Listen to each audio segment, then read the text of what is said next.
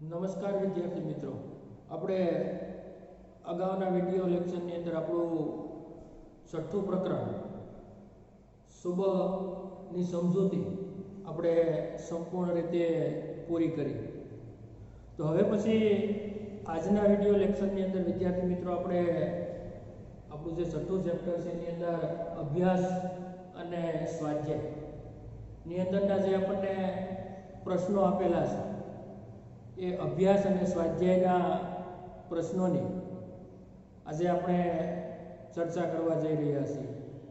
તો વિદ્યાર્થી મિત્રો, તમારું પાઠ્યપુસ્તક અને લખવા માટે પેન્સિલ અથવા તો બોલપેન અને નોટબુક એ પણ તમારી સાથે રાખજો, જેથી કરીને અહીંયા કેટલાક પ્રશ્નો છે એ તમને અહીંયાથી લખાવવામાં આવે, જે તમે સાથે સાથે એ પ્રશ્નો છે એ લખવા માટેનો પ્રયાસ કરજો. તો વિદ્યાર્થી મિત્રો, અભ્યાસની અંદર આપણું પહેલો પ્રશ્ન છે, उदाहरण के अनुसार निम्नलिखित शब्दों का वाक्य में प्रयोग कीजिए.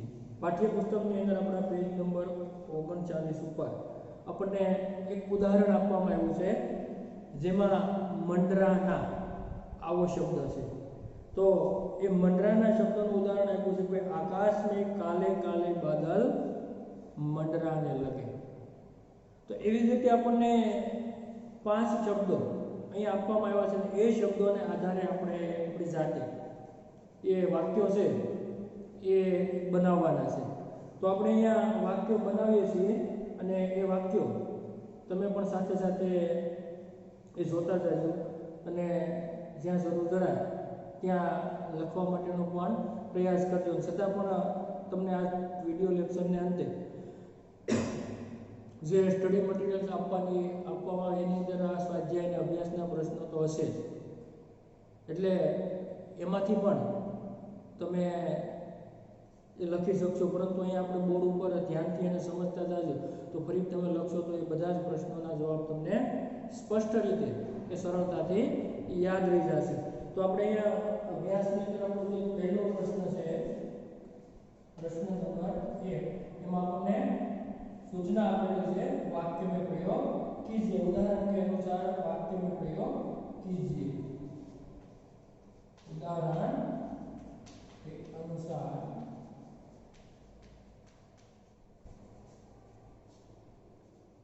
वाक्य में प्रयोग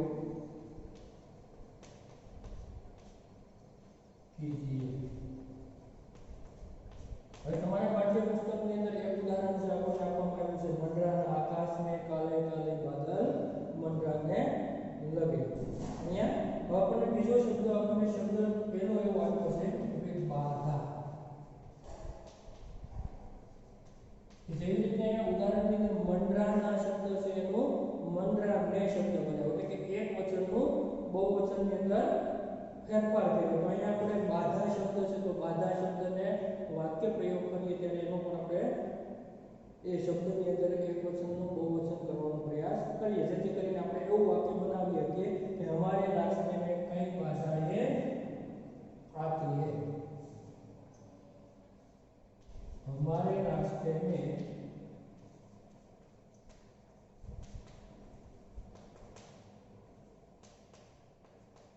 कई बाधाएं आती है. ત્યાર પછી બીજો શબ્દ આપણને આપેલો છે ઉત્સુકતા. ઉત્સુકતા એટલે ઉત્સાહ. તો એનો આપણે વાક્ય બનાવીએ कि मुझे मेला देखने की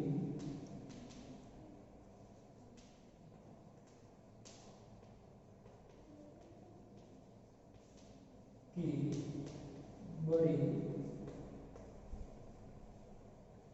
उत्सुकता थी.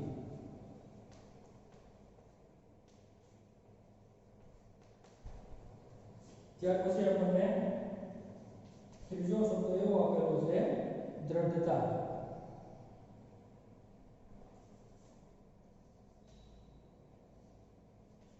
तो वाक्य આપણે બનાવીએ व्यायाम એટલે કે कसरत थी व्यायाम से शरीर में दृढ़ता आती है।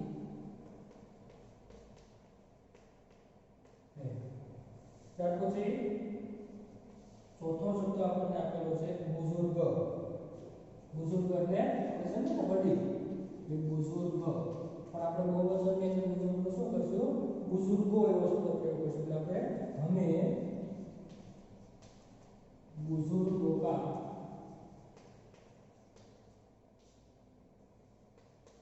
आदर करना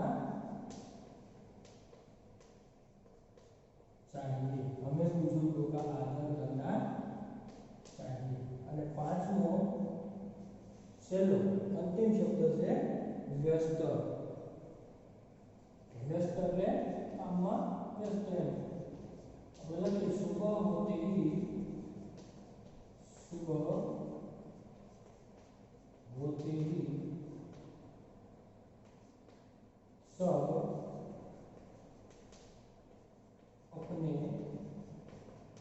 अपने काम में व्यस्त हो जाते हैं अथवा तो व्यस्त हो जाते हैं। હવે અહીંયા વિદ્યાર્થી મિત્રો જુઓ આપણને આ પાંચ શબ્દો આપેલા છે જે ઉદાહરણ કે અનુસાર આપણે લખીએ કે ભાઈ બાધા, ઉત્સુકતા, દ્રઢતા, બુઝુર્ગ અને વ્યસ્ત। તો અહીંયા આપણે એક વચનનું બહુવચન કર્યું। અહીંયા તો हमारे रास्ते में कहीं बाधाएं आती है। એવી જ રીતે અહીંયા ઉત્સુકતાનું બહુવચન ઉત્સુકતા થશે મિત્રો, એટલે આપણે ઉત્સુકતા જ લખ્યું અહીંયા। તો પછી व्यायाम से शरीर में दृढ़ता आती है। અને આગળ बुजुर्ग, तो बुजुर्ग નું બહુવચન આપણે શું કહ્યું? बुजुर्ग। हमें बुजुर्गों का आदर करना चाहिए। અને છેલ્લું व्यस्त એટલે કે सुबह होते ही सब अपने अपने काम में व्यस्त हो जाते हैं।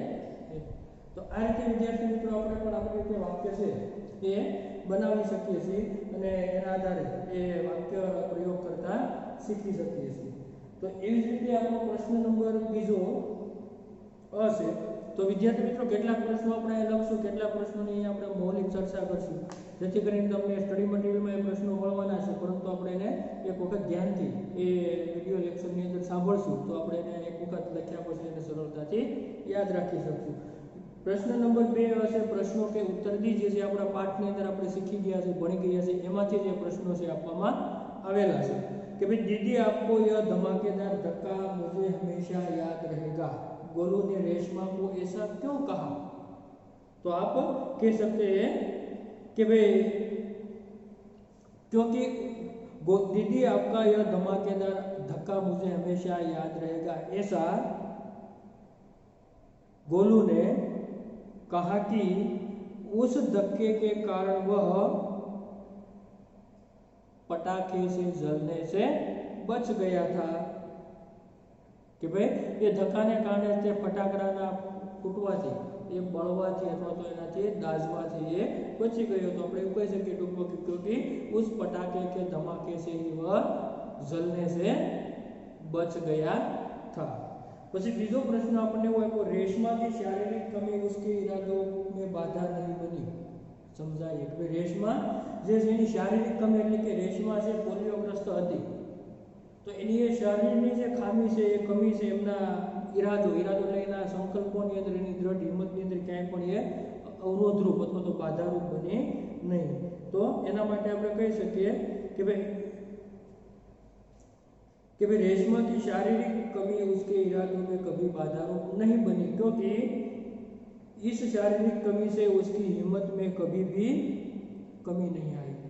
कि एनी हिम्मतनी अंदर क्यारे पण कमी एमनी शारीरिक खामीने कारणे रेशमाने जीवननी अंदर आवी नहोती। अने साथे साथे एवुं पण कही सकीए कि वह हर काम बड़ी लगन से या तो पूरे आत्मविश्वास के साथ कर रही थी। एवं આપણે એનો જવાબ છે આપી શકીએ। ખાસ યાદ રાખજો વિદ્યાર્થી મિત્રો।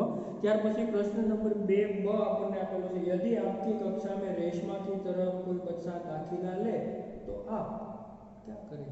એના માટે આપણને કેટલાક પ્રશ્નો છે કે તમારા ક્લાસની અંદર કદાચ કોઈ વિદ્યાર્થી રેશમાની જેમ દાખલ થાય अथवा तो एडमिशन ले तो તમે એની સાથે કેવો વ્યવહાર કરો, કે किन किन बातों का ध्यान रखेंगे, તમે એનું શું શું ધ્યાન રાખશો। તો આપણે કહી શકીએ કે ભાઈ हम उसकी हंसी मजाक नहीं उड़ाएंगे, साथ साथ उनके प्रति हम पूरी की पूरी हमदर्दी रखने का प्रयास करेंगे और साथ साथ उसके साथ हम प्रेम पूर्वक का व्यवहार करेंगे, ऐसा हम सोच सकते हैं। दूसरा सवाल है, किस तरह उसकी सहायता करेंगे।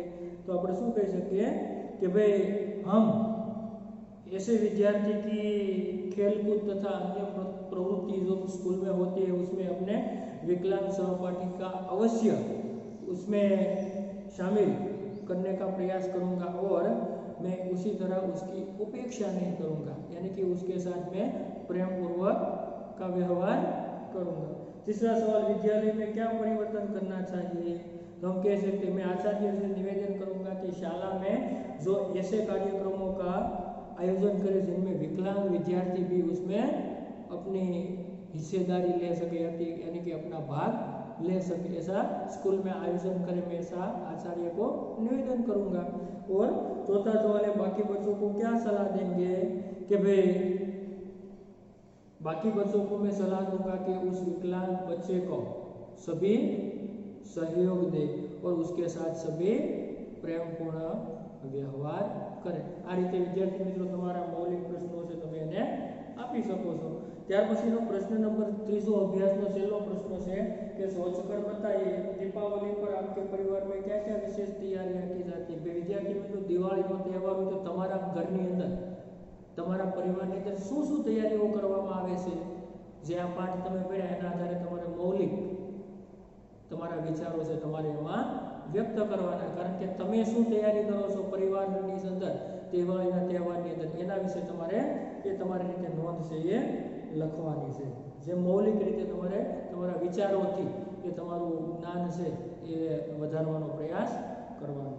ત્યાર પછી બીજો પ્રશ્ન, क्या दीपावली पर फटाके छोड़ाने चाहिए। जो એટલે કે શું દિવાળીના દિવસે આપણે ફટાકડા ફોડવા જોઈએ, શા માટે, એ તમારા વિચારોમાં શું છે, કોઈ ફટાકડા આપણે ફોડવા જોઈએ, જો હા તો શા માટે ફોડવા જોઈએ અને ન ફોડવા જોઈએ તો શા માટે ન ફોડવા જોઈએ, એ પણ તમારા મૌલિક વિચારો એની અંદર તમારે વ્યક્ત કરવાનો શીખવાનો પ્રયાસ કરવાનો છે। तीसरा प्रश्न है, किसी ऐसी घटना का वर्णन कीजिए जब आपको किसी ने बचाया हो या आपने किसी को सहायता की। कोई एवी घटना તમારા જીવનમાં બની હોય કે તમારે કોઈ સંકટ સમયે તમને કોઈ બચાવ્યા અથવા તો તમે કોઈકને એવી રીતે મદદ કરીને તમે એને બચાવવાનો પ્રયાસ કર્યો હોય, જો એવી તમારા જીવનમાં કોઈ ઘટના હોય બની હોય અથવા તો તમે જોઈ હોય તો એનો તમે એ વર્ણન કરો। તો વિદ્યાર્થી મિત્રો આ રીતે તમારી રીતે આ મૌલિક પ્રશ્નના જવાબ છે મેં જે તમારી સામે રજૂ કર્યા છે તમારે મૌલિક રીતે એ વિચારવાનો પ્રયાસ કરવાનો છે। સ્ટડી મટીરિયલની અંદર તો જવાબો હશે, પરંતુ તમે તમારી રીતે મૌલિક એ લખવાનો પ્રયાસ કરો તો તમે કેવું લખી શકો છો, કેવું વિચારી શકો છો, એ તમારી વિચાર શક્તિના વિકાસ માટે એ મૌલિક રીતે વિચારવા માટેનો તમે પ્રયાસ કરજો। તો એ રીતે આપણને અભ્યાસની અહીં આપણે ચર્ચા કરી। હવે ત્યાર પછી પ્રશ્ન નંબર આગળ આપણું સ્વાધ્યાય આવે છે। તો સ્વાધ્યાયની અંદર આપણને पहलो प्रश्न से प्रश्नों के उत्तर दीजिए। सुबह से घर के सभी लोग सफाई क्यों कर रहे थे। जे पाठ આપણે ભણ્યા છે એના આધારે સ્વાધ્યાયના પ્રશ્નો છે કે જેની આપણે મિત્રો અહીંયા એ તમને સ્ટડી મટીરિયલમાં આપશે, જે પાઠની અંદર આપણે સમજી ગયા છે, જેનો આપણે મૌલિક છે એનો જવાબ આપવાનો પ્રયાસ કરવાનો અથવા તો મૌલિક એને વાંચીને પછી લખવાનો પ્રયાસ કરવાનો। બીજો પ્રશ્ન, रेशमा को घर की सफाई में क्यों नहीं लगाया गया। तो हम कह सकते हैं संक्षेप में कि भाई रेशमा विकलांग थी या तो पोलियोग्रस्त थी, इसलिए उसको घर की सफाई में नहीं लगाया गया। रेशमा ने अपनी माँ के काम में किस तरह मदद की। रेशमाए પોતાની माँ ने काम में केम मदद करी, જે પણ આપણે અગાઉના વિડિયોમાં પાઠની અંદર જે વસ્તુ શીખી ચૂક્યા છીએ। माँ ने रेशमा को बाजार क्यों भेजा, माए रेशमा ने शा माटे बाजार में मोकली, तो આપણે કહી શકીએ કે ભાઈ ઘરની અંદર કોઈ હતું નહીં, પિતાજી છે कहाँ गए थे, ऑफिस गए थे या तो दफ्तर गए थे। गोलू जो छोटा भाई था वो तो छोटा है, दादा दादी है वह बुजुर्ग है, इसलिए माँ ने रेशमा को बाजार भेजा। અને પાંચમો પ્રશ્ન છે રેશમા ने गोलू को धक्का क्यों मारा, रेशमा ने गोलू ने शा माटे धक्को मार्यो, तो हम कह सकते हैं कि भाई गोलू अपने मित्रों के साथ पटाखे जला रहे थे और उसकी पटाखा एक जला हुआ बुझा हुआ जो उन्हें वह मानकर उसे छोड़ दिया था, उसकी पीठ पटाखे के पीछे सामने थी और उसे क्या पता नहीं था। तब रेशमा ने यह देख लिया और रेशमा ने अपनी कुर्सी, पहिए वाली कुर्सी को वहां धकेल कर वहां पहुंचकर ये रेशमा ने जोर से ये गोलू को धक्का मारा और इसी प्रकार पटाखे का धमाका हुआ और रेशमा का जो छोटा भाई गोलू था वह पटाखे से जलने से बच गई, इसलिए उन्होंने धक्का मारा। एकदम सरल विद्यार्थी मित्रों आ બધા પ્રશ્નો છે જે તમે સરળતાથી આપી શકો। પછી બીજો પ્રશ્ન છે રેશમા की जिंदादिली વિષય પર સંક્ષેપમાં લખી, એટલે કે રેશમાની જે હિંમત છે, जिंदादिली છે તો તેમની જીગર એના વિશે સંક્ષેપમાં તમે તમારા વિચારો છે એ વ્યક્ત કરજો અથવા તો લખો। प्रश्न ત્રીજો નીચે दी गई घटनाओं को कहानी के क्रम में लिखिए। આપણને એ કેટલીક જે ઘટનાઓ અહીંયા આપેલી છે એમાં કહાનીના ક્રમની રીતે લખવાનું છે। એમાં આપણને 6 વાક્યો આપેલા છે। એમાં પહેલો આપણે શરૂઆત ક્યાંથી કરી શકીએ કે ભાઈ રેશમા બાજાર સે સામાન लाई, ત્યાંથી આપણે શરૂઆત કરીએ તો આપણું ત્રીજું વાક્ય જે છે એની અંદર આપણે એ પહેલા નંબર ઉપર એને લખવું પડે કે ભાઈ રેશમા બાજાર સે સામાન लाई।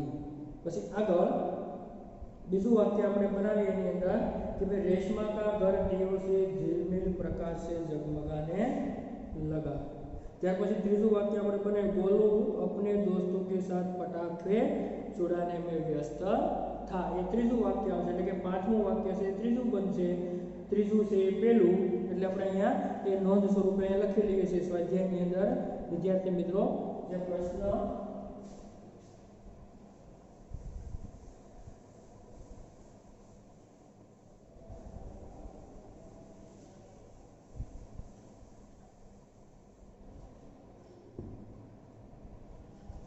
स्वाध्याय में जो प्रश्न है ये ત્રીજો છે।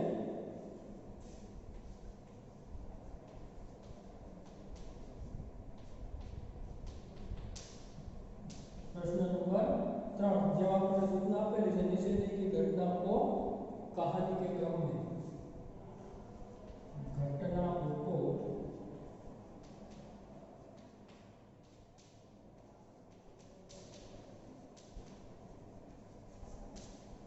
कहानी के क्रम में लिखिए।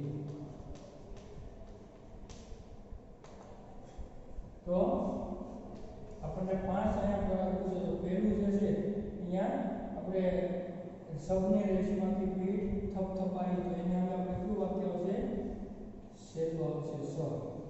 પછી બીજાની અંદર આપણે આવશે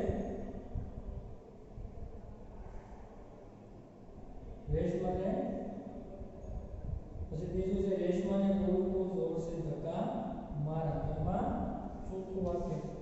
ત્રીજું વાક્ય છે અહીંયા રેશમા बाजार से सामान लाई, तो ये ત્યાંથી શરૂઆત થશે। ચોથું વાક્ય છે રેશમા का घर दियो से झिलमिल प्रकाश से जगमगाने लगा, એમાં બીજું। પછી પાંચમું અને છઠ્ઠું વાક્ય। પાંચમું વાક્ય गोलू अपने दोस्तों के साथ पटाखे छुड़ाने में मस्त था, 3 नंबर એને આપ્યું। અને છેલ્લે माँ ने रेशमा को कहा कहीं चोट तो नहीं लगी, એમાં પાંચમું। તો આ રીતે વિદ્યાર્થી મિત્રો આપણે ક્રમબદ્ધ રીતે ત્યારે આપણે ગોઠવી શકીએ। જો હવે આપણે ક્રમ પ્રમાણે બોલી ગયું, પહેલું વાક્ય આપણે વાંચીએ છીએ, પહેલું વાક્ય આવશે रेशमा बाजार से सामान लाई, પછી બીજું વાક્ય આવશે रेशमा का घर दियो से झिलमिल प्रकाश से जगमगाने लगा। ત્રીજું વાક્ય આવશે गोलू अपने दोस्तों के साथ पटाखे छुड़ाने में मस्त था। चौथું वाक्य रेशमा ने गोलू को जोर से धक्का मारा। અને પાંચમું વાક્ય माँ ने रेशमा से कहा कहीं चोट तो नहीं लगी। तो અને છેલ્લું વાક્ય सबने रेशमा की पीठ थपथपाई तो छठું વાક્ય છે એની સામે કયું આવશે અહીંયા છઠ્ઠા વાક્યની અંદર પાંચમું વાક્ય કે ભાઈ सबने रेशमा की पीठ थपथपाई મિત્રો અહીંયા જોયો છઠ્ઠું વાક્ય આવશે છેલ્લું सबने पीठ थपथपाई અને પાંચમું વાક્ય છે એ सबने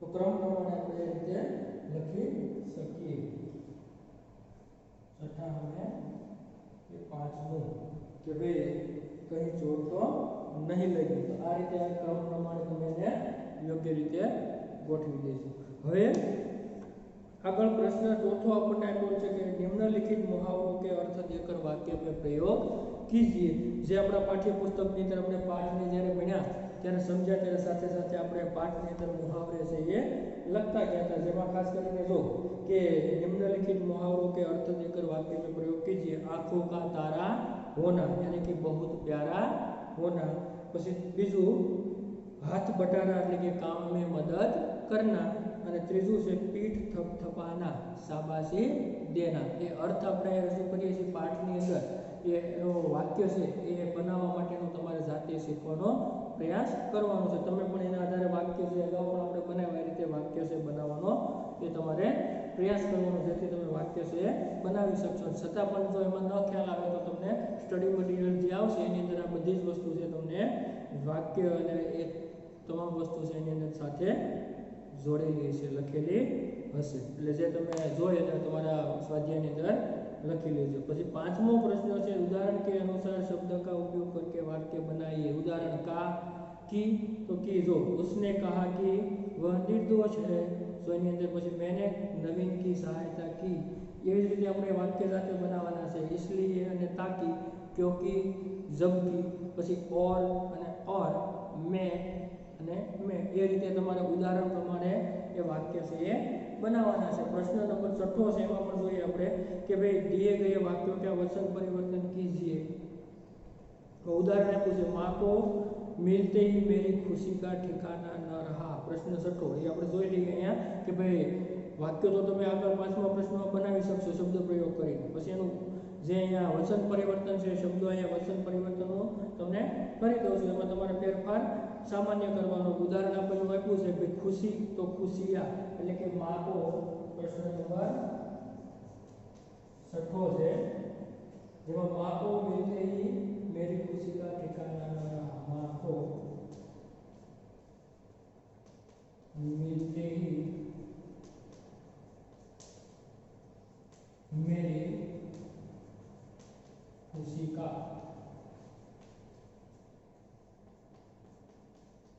ठिकाना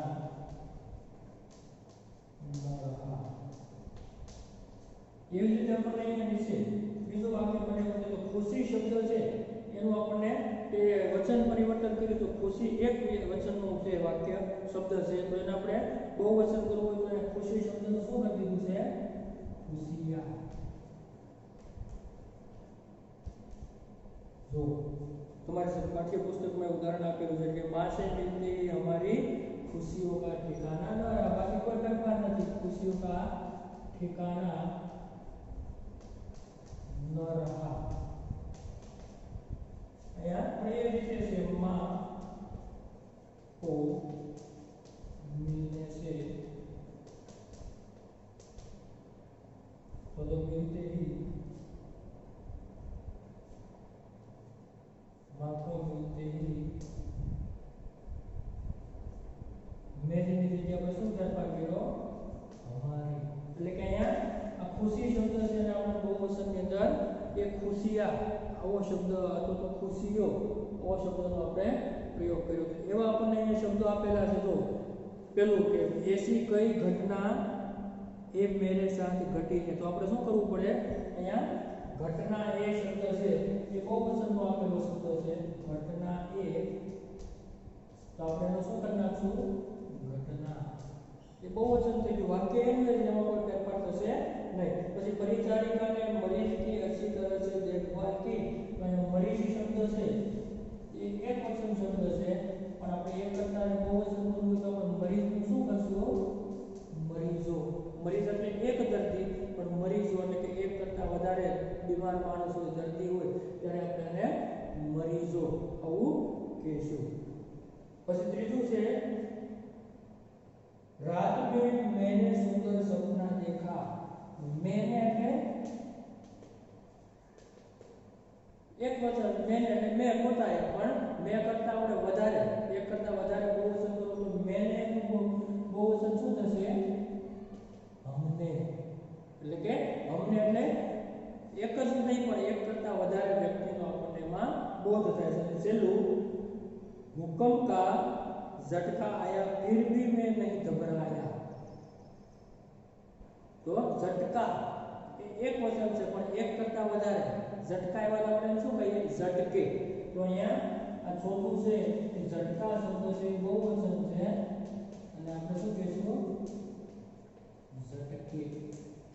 એટલે એ બહુવચનની અંદર એ શબ્દનો પ્રયોગ થઈ ગયો. તો આ રીતે વિદ્યાર્થી મિત્રો એક વચનનું બહુવચન કઈ રીતે થઈ શકે?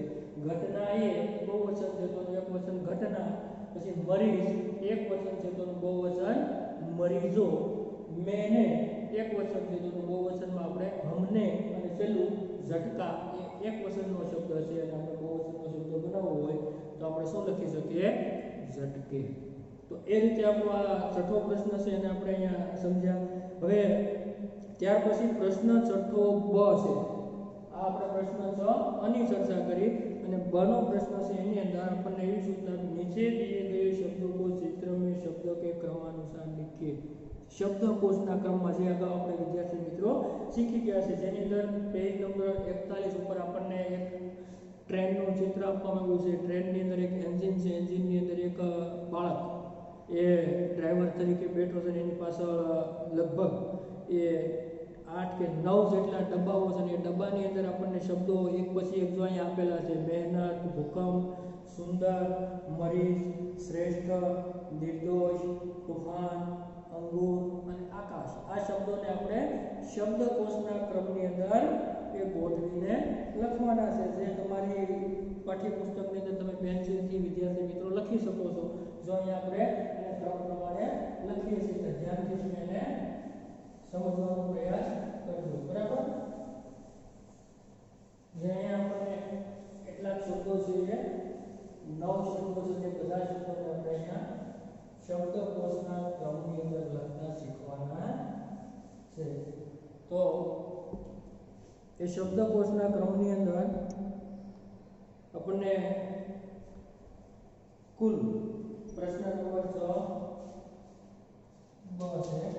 હવે એમાં આપણને આપેલા શબ્દો છે એમાં મહેનત, ભૂકંપ, પછીનો શબ્દ છે સુંદર, મરીઝ,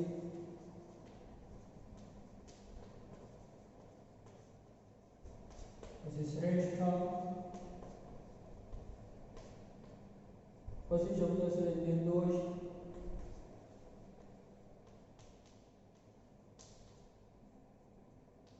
તુફાન,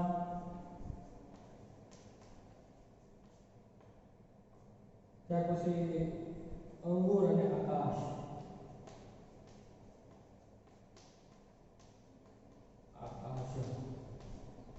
આ રીતના શબ્દો છે તમારા પાઠ્યપુસ્તકની અંદર એ આપવામાં આવ્યા છે. એને આપણે ચિત્રની અંદર જે ટ્રેન છે, ટ્રેનના એક એક ડબ્બાની અંદર એક એક વ્યક્તિને ક્રમ પ્રમાણે આપણે વિદ્યાર્થી મિત્રો અગાઉ શીખવવામાં આવ્યું છે. શબ્દકોશના ક્રમની અંદર આપણે જ્યારે ગોઠવવાનું શીખતા હોય ત્યારે પહેલા આપણે સ્વર જે છે એ આ, ઈ વગેરેની આપણે ગણતરી કરીએ છીએ. પછી વ્યંજન છે, વ્યંજનની અંદર પણ આપણે જો ક, ખ, પછી ગ, ઘ, ચ, આ રીતે આપણે વ્યંજનો છે એની ગણતરી કરીને શબ્દકોશના ક્રમની અંદર આપણે ગોઠવવાનું હોય. આપણે અગાઉ પણ શીખ્યા છે, જેને પણ ધ્યાનથી આપણે શીખવાનું. તો પહેલા આપણે સ્વરની અંદર ગણતરી કરવાની થતી હોય તો અહીંયા પછી અનુસ્વાર છે છેલ્લે આવતું હોય એટલે સ્વરની અંદર ગણતરી કરતા આપણે પહેલો શબ્દ કયો કરીએ છીએ? અંગૂર શબ્દ આવશે.